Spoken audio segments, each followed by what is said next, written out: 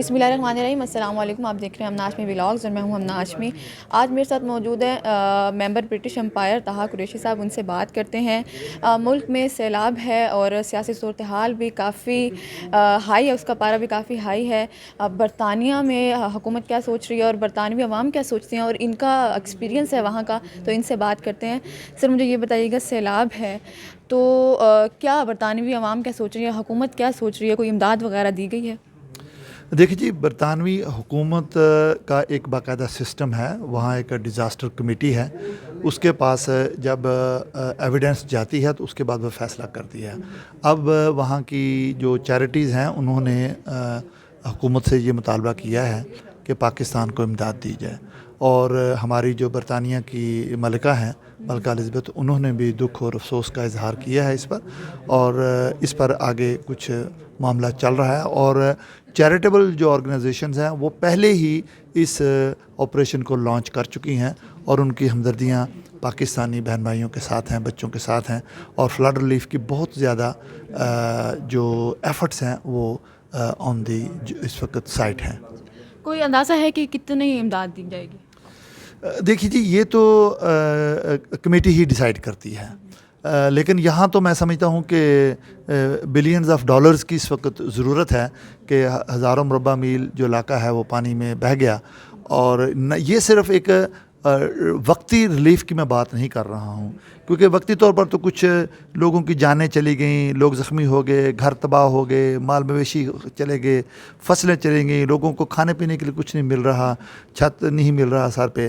لیکن اس کے بعد جو ریہیبلیٹیشن ہے، اور جو پاکستان کے اوپر ایک ایز اے قوم ایک مستقل ایک اور نئی مصیبت آنی ہے۔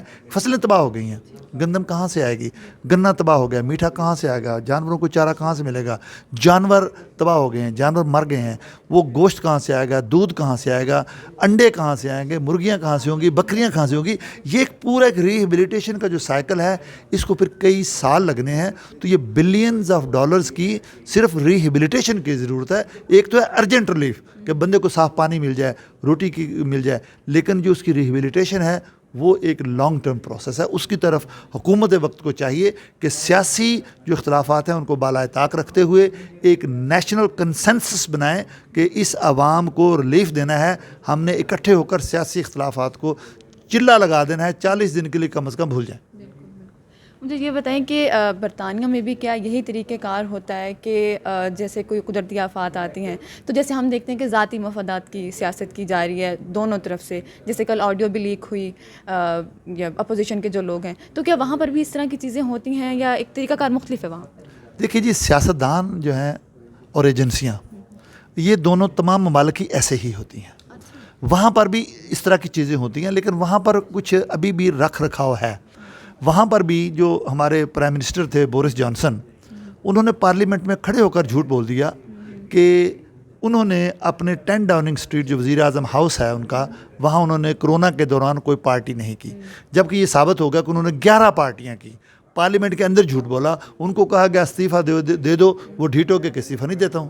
پھر ان کی اپنی پارٹی نے ان پر زور لگایا کہ نہیں، اب اخلاقی طور پر آپ بہت ہی گراوٹ کا اظہار کر رہے ہیں، اب استعفیٰ دیں، نہیں تو ہم آپ سے استعفیٰ لیں گے۔ پھر تو وہاں پر بھی یہ جو سٹینڈرڈز ہیں یہ بہت لو ہوتے جا رہے ہیں۔ امریکہ میں ٹرمپ کا معاملہ دیکھ رہے ہیں، ہسٹری میں پہلی دفعہ وہاں پر کیپٹل ہل پر جو ہے قبضہ کیا، اس کے گنڈوں نے، ٹیررسٹس نے بندوں کو مار دیا، پارلیمنٹیرینز پر حملے ہوئے تو ریکارڈ جلا دیا، کرسیاں توڑ دی، شیشے توڑ دیے۔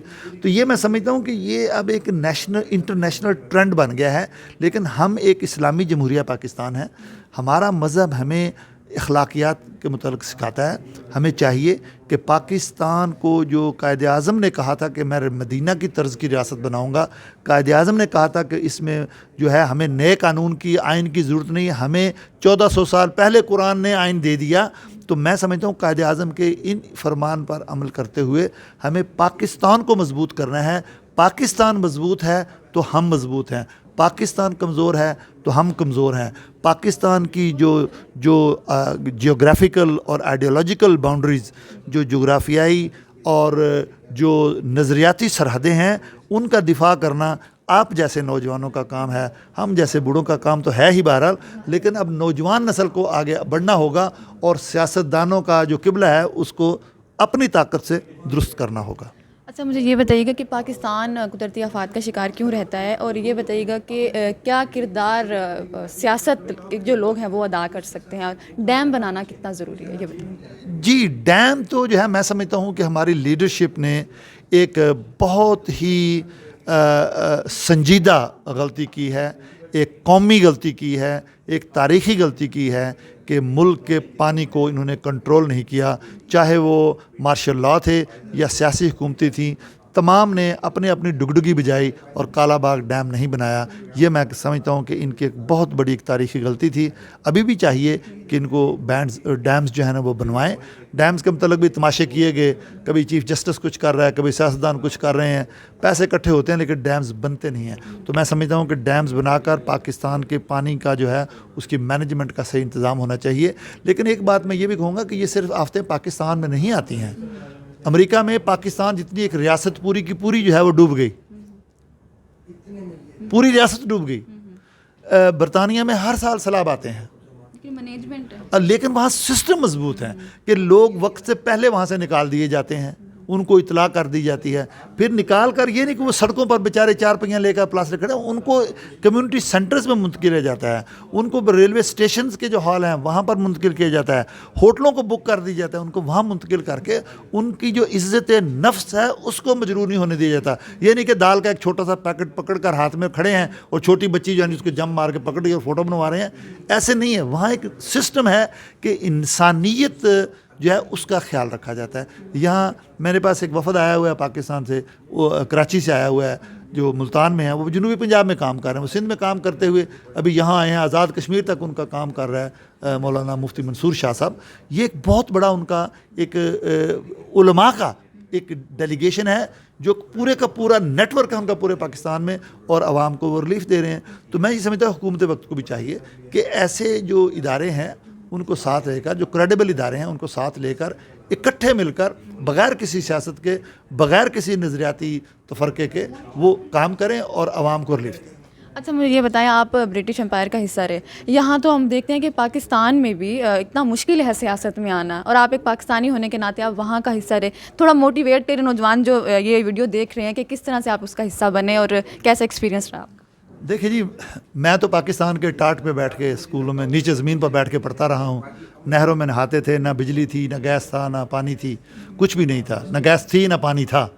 تو ہمیں ان مشکل حالات میں بھی جو ہماری فاؤنڈیشن بنی وہ پاکستان نے دی، ایک پاکستان کے دیہات نے دی، پاکستان کے ہیڈ ماسٹر نے دی، پاکستان کے ماسٹر جو تھے، جو شلواروں قمیضوں والے دھوتیاں باندھ کے آتے تھے بیچارے، انہوں نے دی۔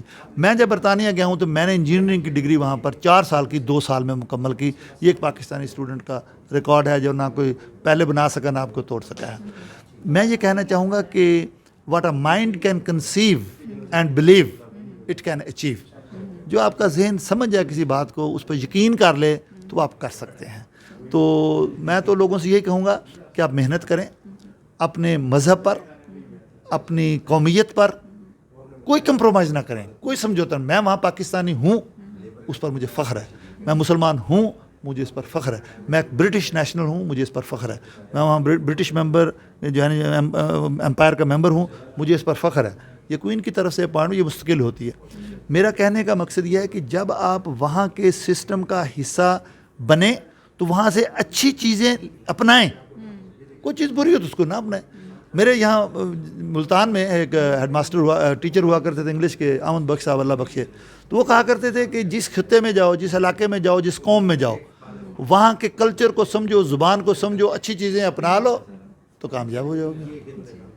Thank you so much, thank you. یہ تھے طاہر قریشی صاحب، ممبر برٹش امپائر، جو کہ بات کر رہے تھے ملک کی سیاسی صورتحال پر اور اپنا ایکسپیرینس بھی بتا رہے تھے کہ کیسا ان کا وقت وہاں پر گزرتا ہے اور کیا چیزیں اپنے اوپر جو لی جا سکتی ہیں، کیا چیزیں ہم دیکھ سکتے ہیں کہ ہمیں اس پر کام کرنا ہے، اور کیا چیزیں جو ہیں وہ غلط ہیں وہ ہم چھوڑ سکتے ہیں، اس کو اپنے اوپر ہم اس پر عمل نہیں کر سکتے تو وہ چھوڑ بھی سکتے ہیں۔ اور اس کے علاوہ انہوں نے بتایا کہ کیسے برطانیہ میں جو سسٹم ہے، سارا مینجمنٹ ہے، اگر وہاں پہ کوئی پرابلم ہوتا بھی ہے، برطانیہ میں کوئی پرابلم ہوتا بھی ہے تو کس طرح سے اس کو مینیج کر لیا جاتا ہے، کس طرح سے ادارے مضبوط ہیں۔ جی